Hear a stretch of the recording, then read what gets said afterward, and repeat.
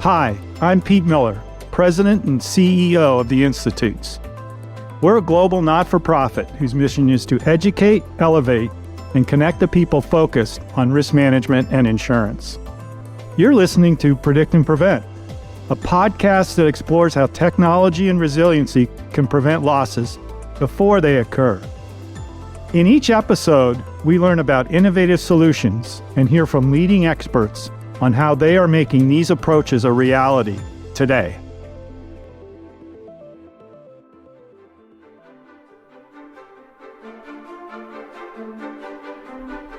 Welcome to the finale of Predict and Prevent Season 1. It's been my absolute pleasure to lead this journey of conversations of experts and leaders sharing their predict and prevent strategies.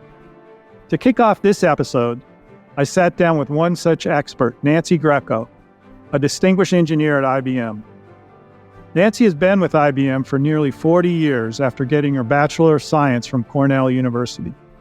Nancy has accomplished a lot in her tenure at IBM. After joining as a chemist in 1983, she moved on to developing semiconductors and managing manufacturing. Next, she joined the research department where she created AI and edge computing solutions.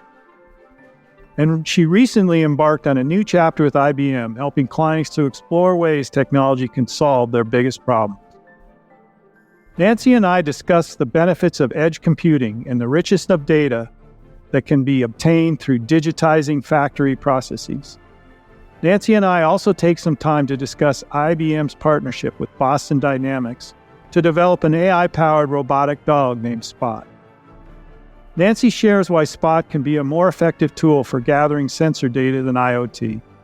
It can prevent problems, monitor potential risks, and operate in situations that can be hazardous to humans. Let's hear from Nancy. So Nancy, just so I have as a level set for everybody who's listening, can you just give us an update on your career background and how you got into your current role at IBM? Well, let me start to saying my career path is a bit of an anomaly.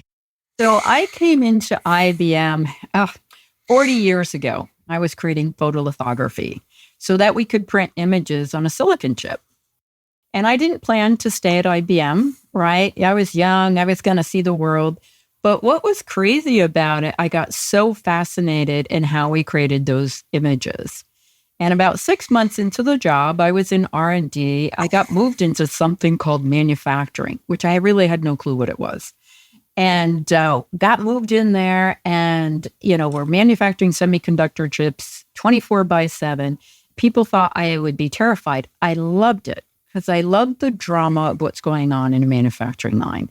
I like to solve puzzles, which are problems. So I went from photolithography to I had every job imaginable in semiconductor, bringing up tools, quality, analytics, and all of that. So I did that for 25 years. And what I had to do is create a lot of my own analytics. It just wasn't there. My job was to keep tools up and running, make sure the quality met. And so after 25 years, I said, I've done every job here. I got recruited to come into research. And they said, Nancy, you've been on the receiving end of research and you've complained heavily about how we threw it over the wall. All right, you're going to come into research and make sure when we do hand it over the wall, it works. And so I started working, of course, on analytics and how we can improve it. And of course, that introduced me to AI. And then with AI, I started looking at edge computing. Why? Clients were saying, yes, you told us to go to the cloud. Have you seen my bill? And so with edge computing, the natural fit came into robotics.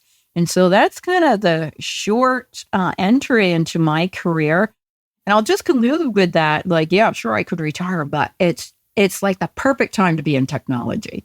You've got cloud, so everybody can get access. You've got tools and AI so that everybody can really unleash their creativity. And that's why we'll talk later about foundation models, because now everybody can come to the table and help solve a problem. Yeah, that's really cool. And what, as you said, what a great time to be in the career, right? Can you just quickly for our listeners, just define edge computing? So traditionally, everybody kept the data in their factory and had numerous data centers, numerous servers, and it was very cumbersome to keep them up to date between the software and the hardware. So then there was a big move to go to the cloud, put everything up in the cloud. Well, one of the problems you run into, it's kind of expensive. You're storing all your data in the cloud, you're doing all your compute in the cloud, and oh my God, if you're sending data to the cloud, someone can intercept it and come back to you. So a new concept had come out many years ago called edge computing. And what it allows you to do is a couple things. You can store your data in your factory with whatever footprint you want. But more importantly for me, what I could do is I'll create an AI model in the cloud because I have to send tons of data up there. I take advantage of the cloud in terms of its elasticity. I might need 1,000 GPUs and CPUs to create my model. I'm not going to have that on-prem. So once I create the model, though, I can containerize it and move. So I create a visual analytics model in the cloud looking at all sorts of issues, looking at environmental cracks, spills, assets. Now I create a very small containerized model. I put it on an edge server, which can be the size of a Raspberry Pi or half the size of a 1U. And now the data, the raw data, goes to that edge server, does the analysis, and just gives me the result. I don't have to send the raw data to the cloud. And that's really important for two factors. One, the cost. It's costly to move data. And then two, security. If data is not leaving, no one can trace it back. So it's kind of the best of both worlds, right? You got all this capability in the cloud if you want, but you can localize it and kind of get your job done relatively inexpensively, closer to the edge, closer to you. So, Sherritt, can you tell us your view of how risk data has progressed, like moving from one-dimensional data to proliferation of sensors and everything we're seeing to things that you see? Oh, of course. So I'll give you, real life experience running a fab. So back in the day, and we're talking 40 years ago, you did a lot of spreadsheets, right? You would look at it, and then we thought it was really cool to start doing time series and analytics. Now, in that regard, you're still looking at one parameter at a time. And what I got very excited about, two trends that have happened, recently, the introduction of sensory data.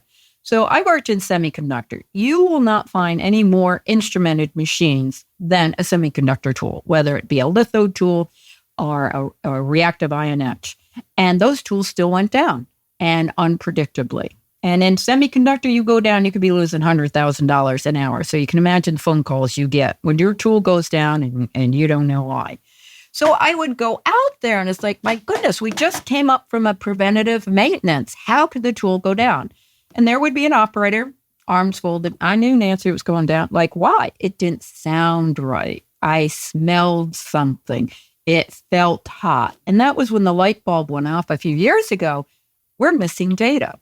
So what now we're starting to do is use sensors, thermal imaging, vibration, accelerometers, all assortment of visual analytics. Look for cracks, look for spills. Data that is missing today, that sensors aren't picking it up until it's catastrophically too late. So why that's very interesting for insurance is because we're monitoring assets this way. And we're starting to digitize that data as well. So we're bringing that data. And today, I'll be honest, it's still pretty much unimodal. So I'm still looking at one parameter at a time. We want to start merging that. So we're going to take like SCADA data, which is all, what's the pressure flow, et cetera. We're going to start marrying it with that sensor data to really get to understand the health of that asset. Now, the other thing I discovered when we came out of when we went into the pandemic, I should say, manufacturing was shut down. I'm like, you guys can run lights out. I knew that. The level of automation had gotten to that ability that you could run lights out. No, we can't, Nancy. It's required that someone do a walk around to make sure everything's okay. And that walk around is a human. And that's when I started investigating. A lot of that walk around data is a clipboard. And in some cases, our clients were showing 21 pages of clipboard, and it's a check mark. And I said, what are you looking for? Things, cracks, spills, this and that. And I said, but it's a check mark, right? And how do you go back? I mean, can you really remember how big that crack was a day ago, a week ago? And they're like, well, no. So what's really interesting now with these sensors, I'm going to digitize that data. How big was the crack on Monday? Did it get bigger on Thursday? And actually from that, I can now predict what's the propagation of that crack and when is it going to become catastrophic. You can do that with spills and rust and vibration. So that's what's really exciting. Data, even today, most of their clients aren't collecting it other than a clipboard. We want to digitize that. When you think about that, how will that transform not only the ability to improve the asset performance, but understanding the environment? And this is why I think insurance companies are very interested, because I've gone through audits, and go prove you did the inspection. Well, here's the clipboard. Nancy said she did it. How do you prove you did due diligence? Now, let's face it, catastrophes can happen.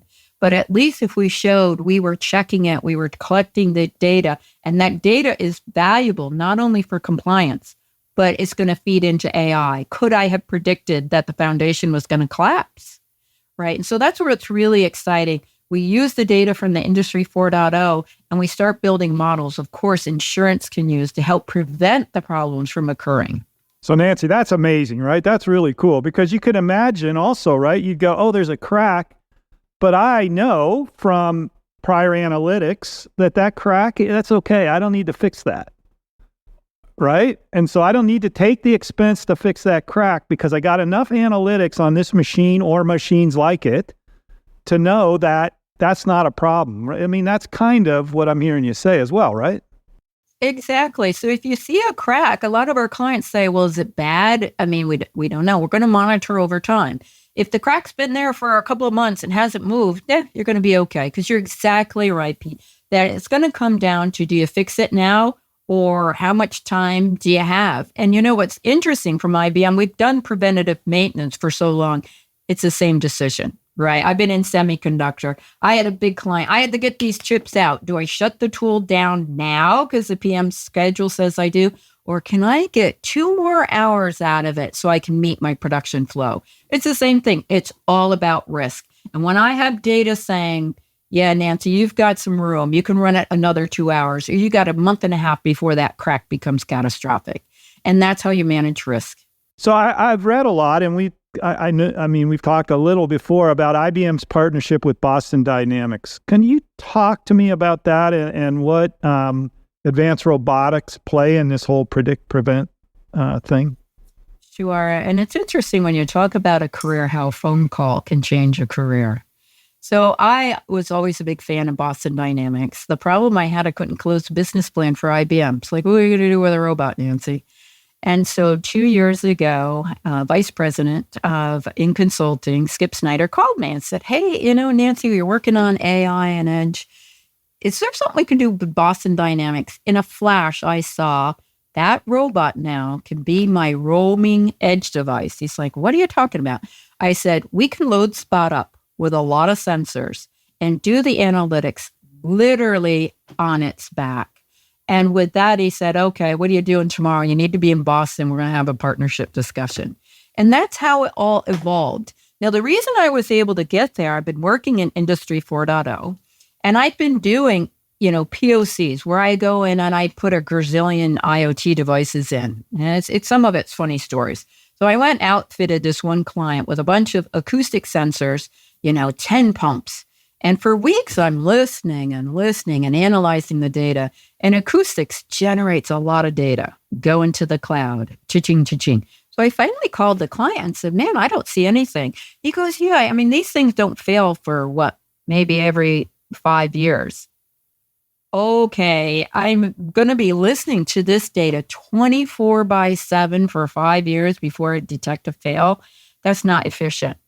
So what I can do with Spot now to reduce data movement. So remember, data movement equals dollars, right? So now instead of having 24/7 on all these pumps, the new pump I checked every 2 months.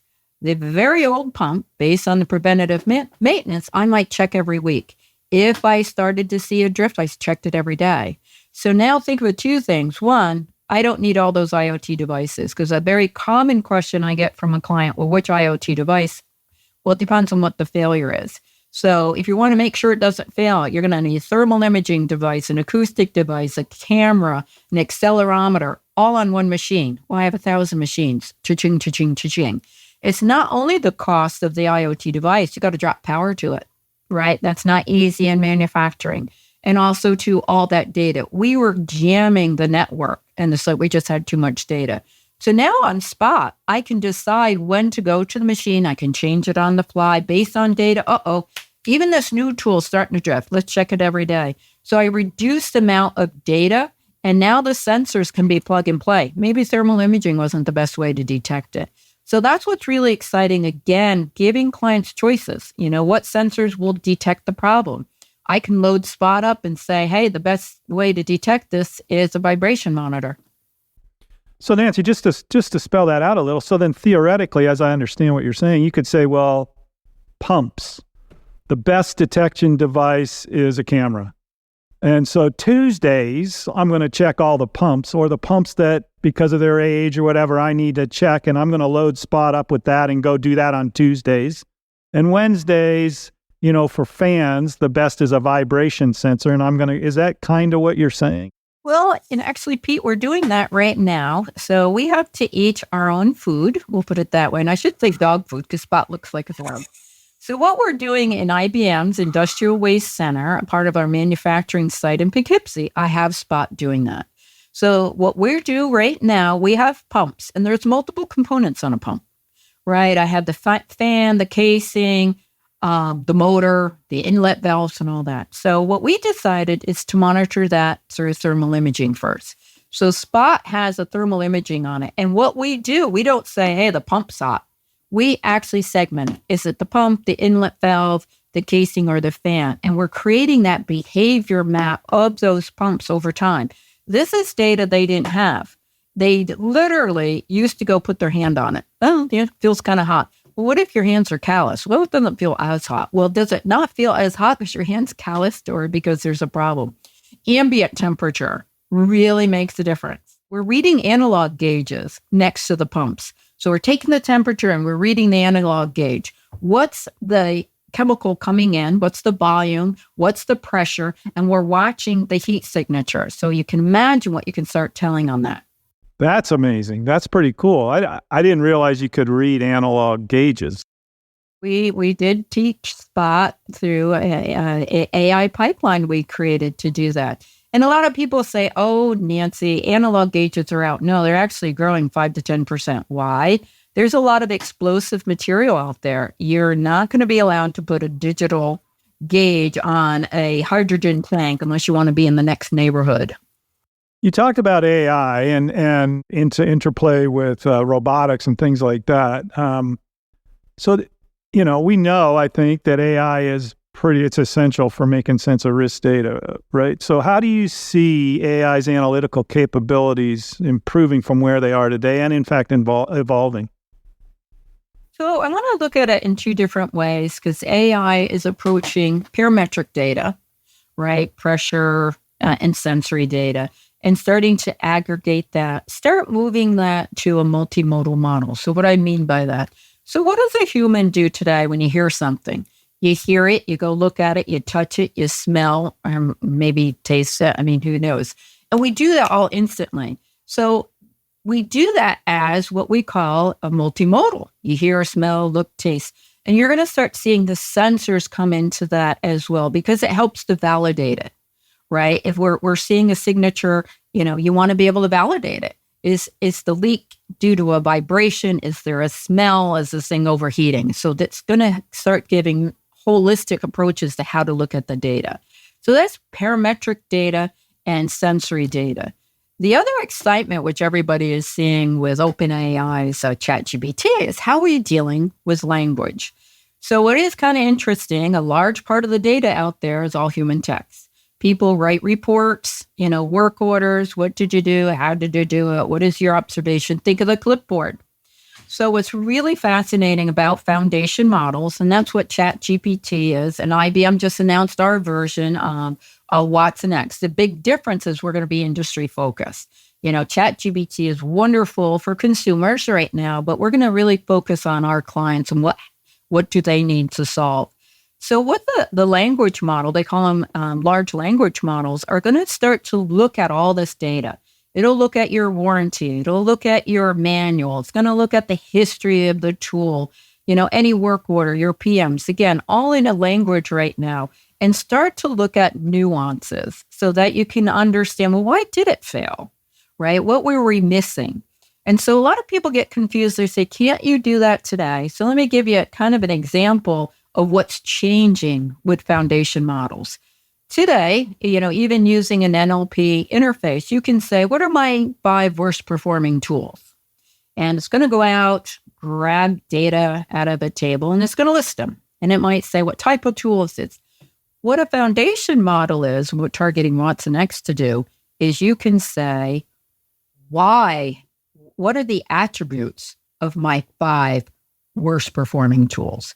So it's going to look at a collection of data. It might be at a certain age with this warranty, with this type of workload and maintenance schedule. And now you're going to get a richer sense of how do I manage these assets? So I'm really excited about the potential of what foundation models can do, because it's going to take AI and put it on steroids. And that, to me, that's going to be really, really fascinating. It's a fascinating time. I built my first AI model in Lisp in like 1989, Nancy, and to see the evolution, and in particular how they've taken off, particularly the generative AI models, is fascinating to me. Are there any other new innovations or developments that you think will be game changers for insurance and risk management, specifically as we try to implement more predict and prevent capabilities? Yes, I do. And it kind of touches the themes we kind of talked about. We're missing a lot of data. Buildings are collapsing. We didn't know why.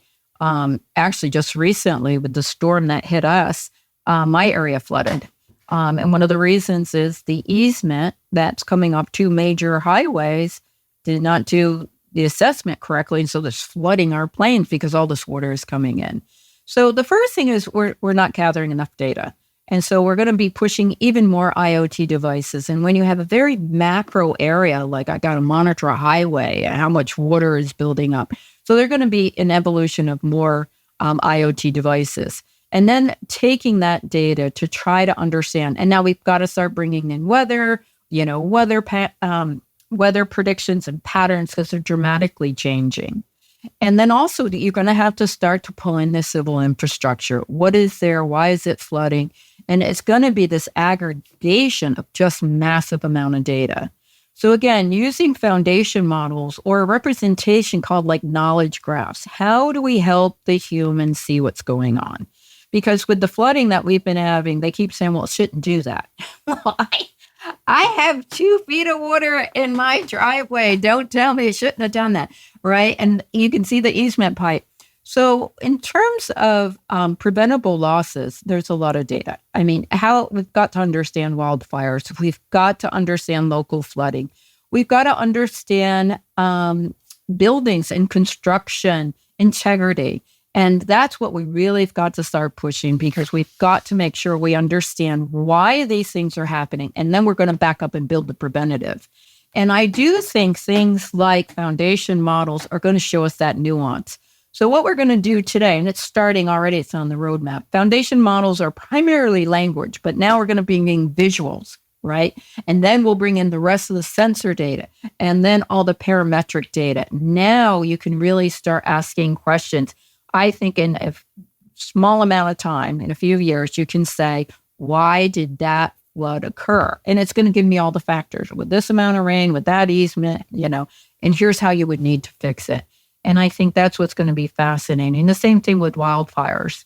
What do we have to do differently? We can't just keep watching it occur.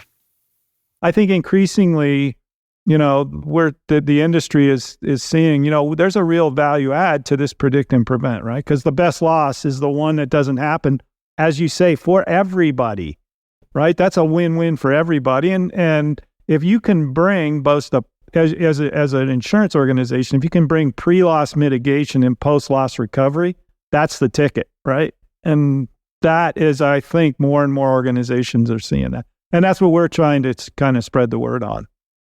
I mean, I don't know if you saw West Point, 3 inches of rain an hour.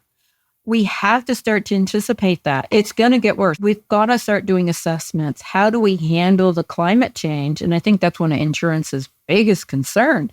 We're flooding where we never flooded before. West Point, they're calling it the 1,000-year storm. Well, that wasn't really predictable. The weather patterns are getting harder and harder to predict. But I think also with the insurance companies, we can start saying, how do we build infrastructure better? Can it withstand flooding or extreme temperatures or winds? And that's where I think it would be nice to have a coalition come together. We're going to have to build smarter. And I don't think we're focusing on that right now. The analytics are there. How do we build smarter? The analytics, the capabilities, and as you said, the real-time intervention capabilities, right? That's what excites me, Nancy, because I'm like, well, wait a sec.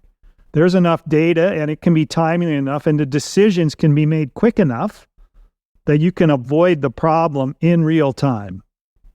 Then that, I think, is new, right? As opposed to building codes and all that great stuff. That's awesome. And we need to bump those up. But the real-time intervention based on data input and an analytics leading to an AI, system that can make a decision like that, and boom, not a bad thing just was avoided. What's really critical about doing it now, like we should have done this yesterday, if we do need new materials to withstand what the climate change is going to introduce, we need to know that right now. And as you're seeing with quantum's getting to the point it can understand molecular behavior. So now we're going to have to start saying, well, what is the right metallurgy to use? Or what is the right wood? Or to be honest, what trees should we have in these forests? They can't just keep burning. It'd be nice to keep them, indigenous, but it doesn't work anymore. We're going to have to do a blend. What can withstand the temperature? And so it's almost a call for action. We have to know what's causing it. And then we have to kick off. We might need new materials, new ways of thinking, new ways to manage this, because we can't keep just fixing it. We have to truly prevent it. And that's going to require different thinking. Well, Nancy, thank you so much. Thank you for your work. Thank you for your insights, and very, very appreciative of your time today. Thanks again. Oh, I thank you for letting me talk to your community, because it's just, I can't tell you how fascinating it is. And everybody, to whatever degree, get involved, because it's a whole lot of fun. It's just absolutely fascinating. I really enjoyed my conversation with Nancy. It's truly inspiring to hear about the incredible work she's doing at IBM, and I especially loved hearing about Spot.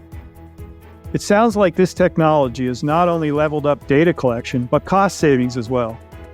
Next up is a truly exciting segment with my colleague Matthew Kahn, President of Risk and Insurance, and one of the producers of this podcast.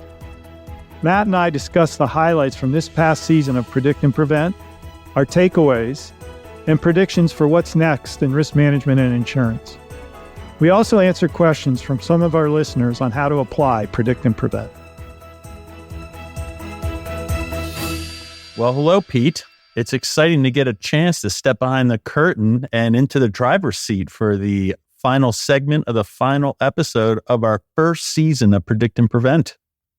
Yeah, Matt, and I'm very excited. It's been a great season. I mean, the work, that you've done and the folks have done to make this happen has been outstanding in my view. So it's, I sit in front of the mic, but it's the work that everybody else has done that I've, that's kind of, I think, led to what's pretty interesting podcast, pretty interesting topics. Absolutely. It's been really rewarding, particularly as we're going to do today in a little bit, talk about some questions that we got from our listenership, which is pretty exciting. So we've gotten a lot of feedback, and that's really been something which is rewarding to know that, we're aligned with our audience, but also that this clearly is a topic which is very important and in fact is growing in importance. Looking back, it's really amazing. We started this podcast in November of 22. And since then, our premise that the risk side is getting so much more severe that we really need to focus on preventing losses in the first place for the benefit of society as well as risk management and insurance. And at the same time, utilizing technology, which is also growing to make that happen. And clearly over the last 6 months, just all the events on the risk side, climate driven and otherwise, and what's happening in several states' insurance markets. And then when we started this, the words Chat GPT weren't even on anyone's tongue. And now look where we've come in 6 months. So it really is amazing just to see not only the reaction to the podcast so far, but just how much more relevant it's all been. Yeah, really. I mean, as you say, on both sides, right? Like I was, just earlier today looking at these pictures of Maui. Like unbelievable. Lahaina's a nice little town, or it used to be. Now it's 85% burned down, right? So, think about that. And as you say, California wildfires, what's happening in that market, Florida, what's going on with the industry down there. And, we've said a lot in this podcast that now is a real inflection point because, risks are getting greater for sure, for a variety of reasons, but the capabilities and technologies are also getting better. Matt, I know you're very interested in AI and I am too. And, I always say, Matt, I built my first AI system in 1989, and that was the dinosaur era, and it was extremely frustrating. What it can do now, and combined with the amount of data that we have available, it's just a whole new world. And it's very exciting, as you say, even in the last 6 months, all with the aim of making people's lives better and safer. And that gets me very excited because that's the promise, I think, of sort of the evolution of this industry. And while AI has some risks, I think it really can be hopeful in the context of predict and prevent about how it can really help us handle some of the very present risks that we've talked about all season and you just mentioned with Maui. So actually, this is a great segue into our first Ask Me Anything portion because we got a great question, Pete, from Emily in Chicago. And she actually asked how you see generative AI being used in the insurance or risk management communities. Well, Emily, I think generative AI obviously is really a revolutionary technology. It can be used in a number of different ways. So if you think about what it does, right, is it takes data and it synthesizes it and it presents it back to you in a digestible way. Now, Matt correctly says that we have to be careful. But if you think about fraud detection, use that to spot patterns. If you think about policy comparisons or policy analysis, or if you think that you're in claims and you have a claims file and you want to take all these disparate pieces of information of different types and distill them down to a summary, that's what a large language Chat GTP-like model can do. Think about customer service. If I'm an insurance company, through a series of prompts, I can make sure that my policyholders, when they call my organization, get a much more complete and standard, if you will, predictable form and useful form of customer service. It could be even like a chat bot that homeowners could use to if a disaster's coming and ask it what to do or things specific to their policy. If you're a small business owner in the Midwest and you have a farm implement shop, well, what risks do you face? Well, you can figure that out, right? You could put in a profile of who you are. It could go out and assess your risk and then kind of build you a risk profile in a generative AI way. So that's just one small example.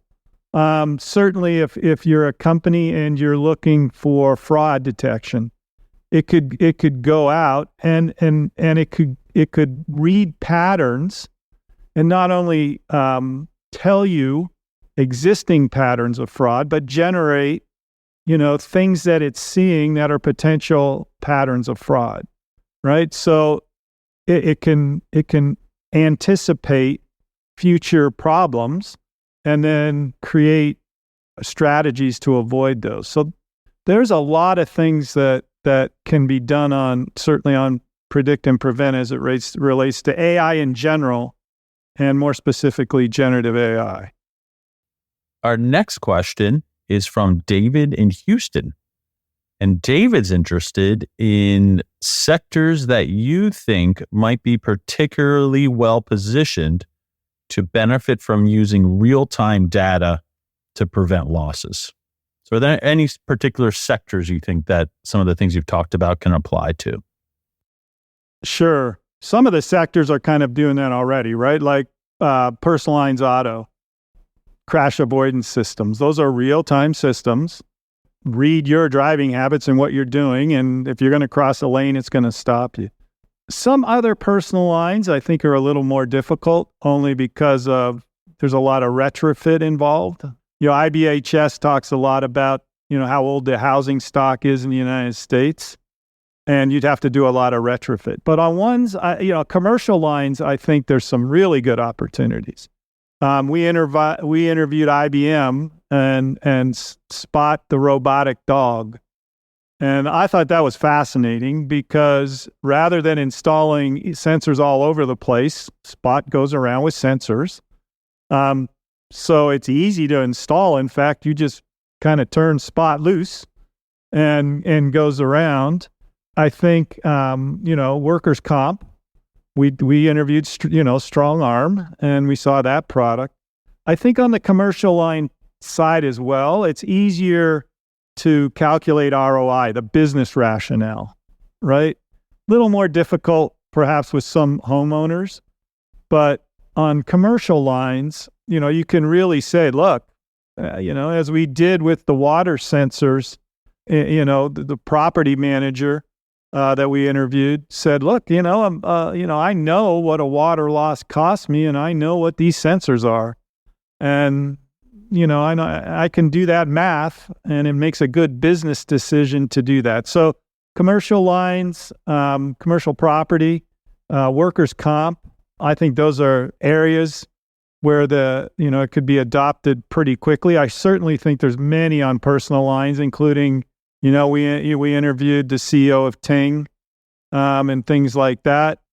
So I think commercial lines is probably a little more ripe for some innovation, just because of the ease of dealing with the business models. And but I do think there's opportunities across the whole spectrum. So that's a great segue into another question we got from Sarah, who's from Miami.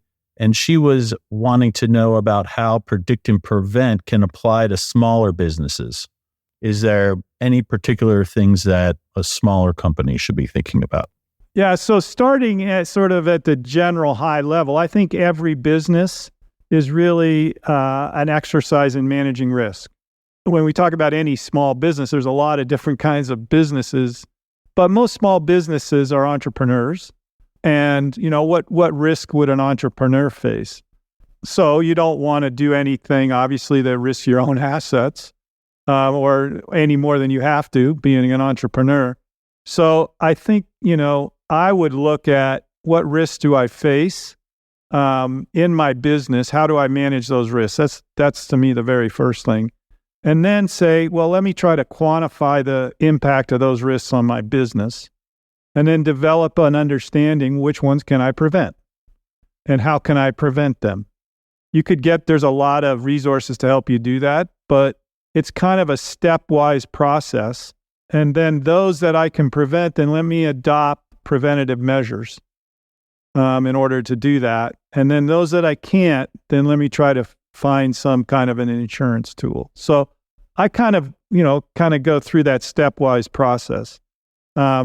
If you employ that, then I think you can get a good understanding of what you face and a good understanding of how to manage them.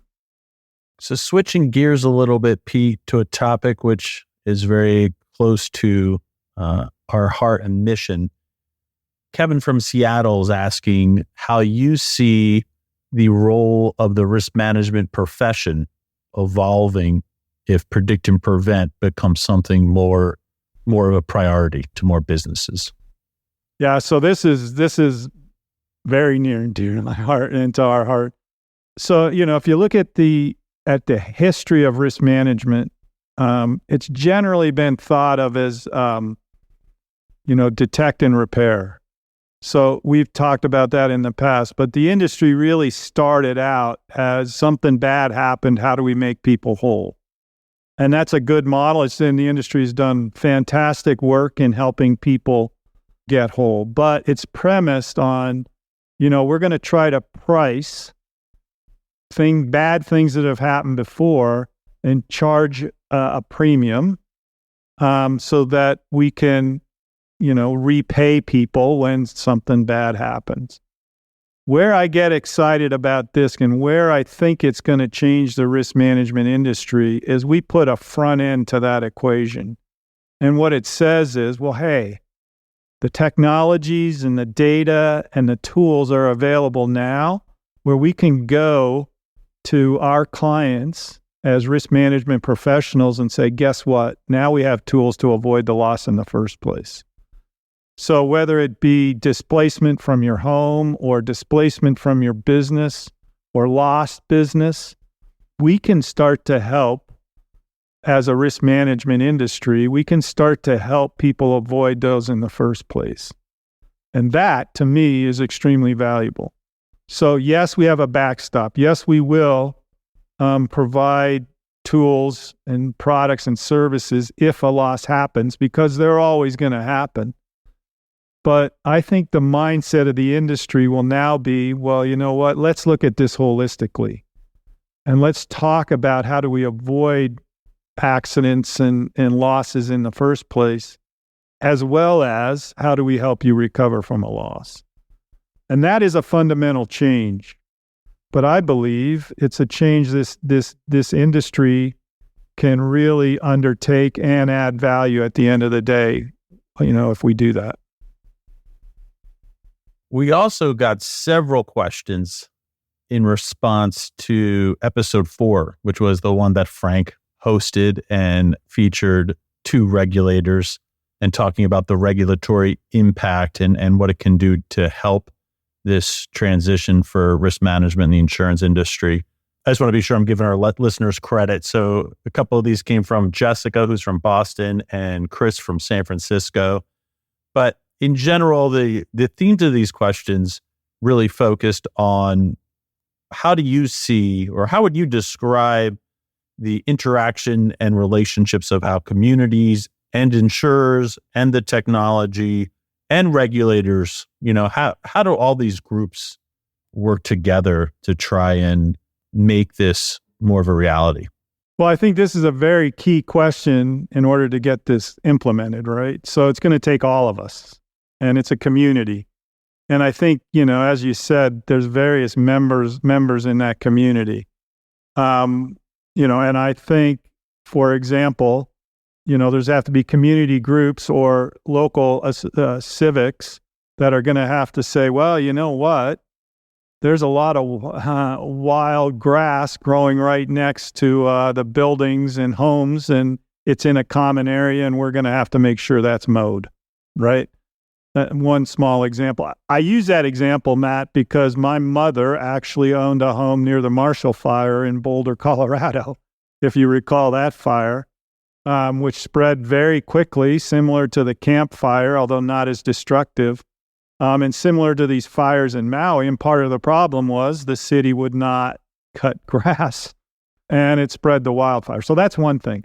I think regulators, it's a heavily regulated industry, right? So there's some things around discounts and rebates and things like that regulators are going to have to go, yeah, you know what? This is, we're going to allow some of these things because they make sense in the context of helping make people's lives better and safer.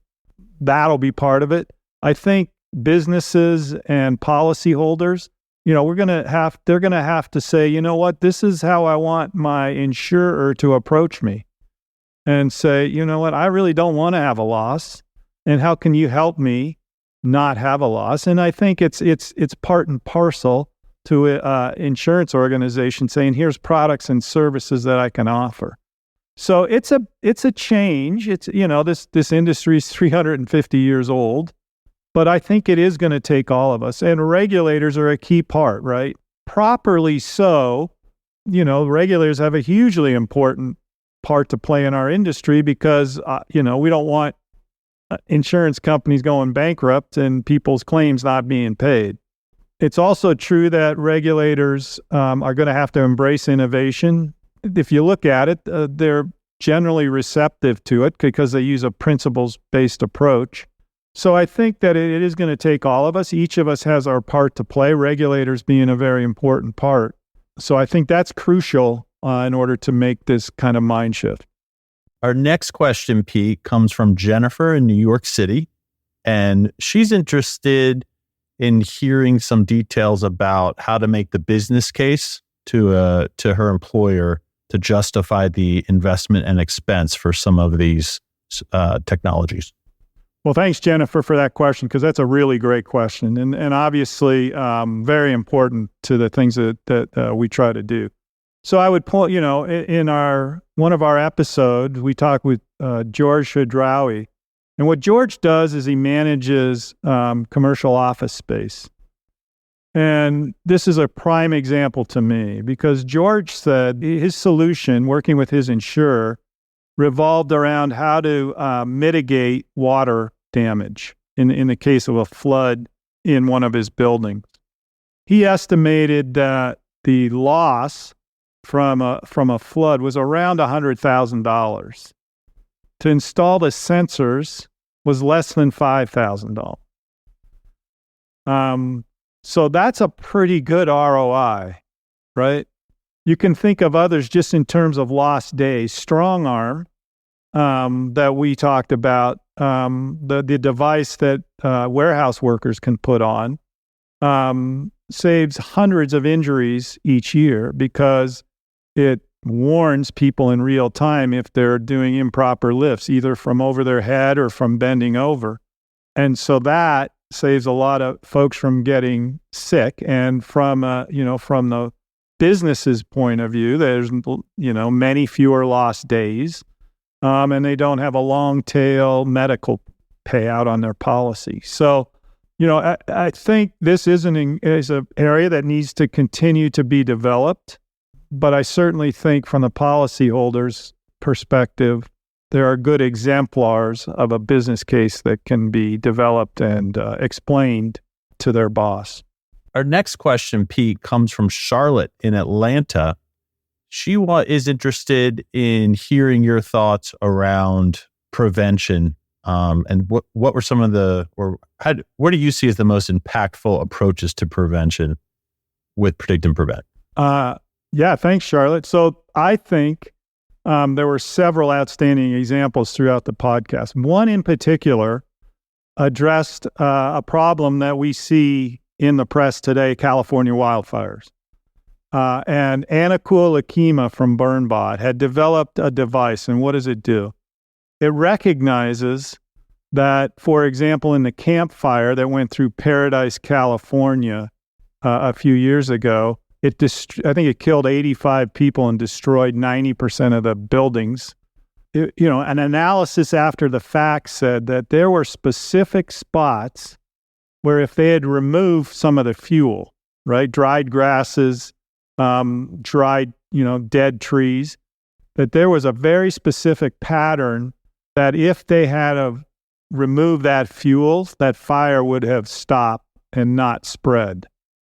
And then using this device, BurnBot, and what BurnBot does is in a clean, environmentally safe way, could go to those places and burn off that fuel without starting a wildfire, and then remove that risk. So that's perfect predict and prevent, right? It said, what's the risk we're facing?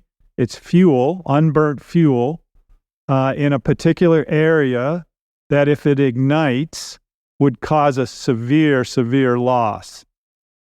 Predict and prevent would say, well, why don't we analyze that and then take a predictive measure in order to remove, that accelerant in this case. So That to me is something where, a predict and prevent mentality said, well, let's do the analysis.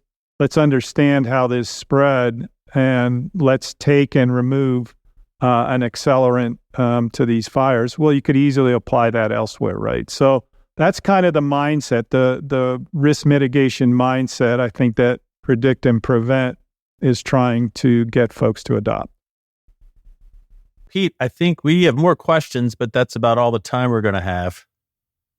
Just wanted to say it's been a real pleasure working together. I think this is a really important topic, and look forward to helping to bring the discussion further over the next several months. Well, Matt, I hope you know how much I've enjoyed working with you and with the other folks that have put this together. This is a fascinating thing for me, and I feel really grateful and really looking forward to the next episodes of Predict and Prevent.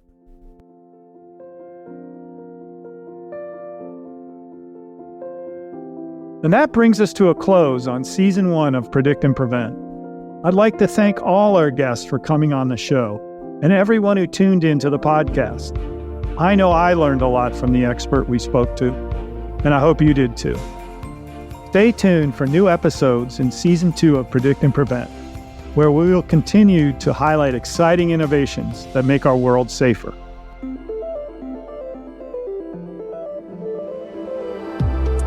Predict and Prevent is a podcast brought to you by the Institutes. Subscribe on your preferred listening platform and join us for future episodes where we continue to dig into this approach and the opportunities that come with it.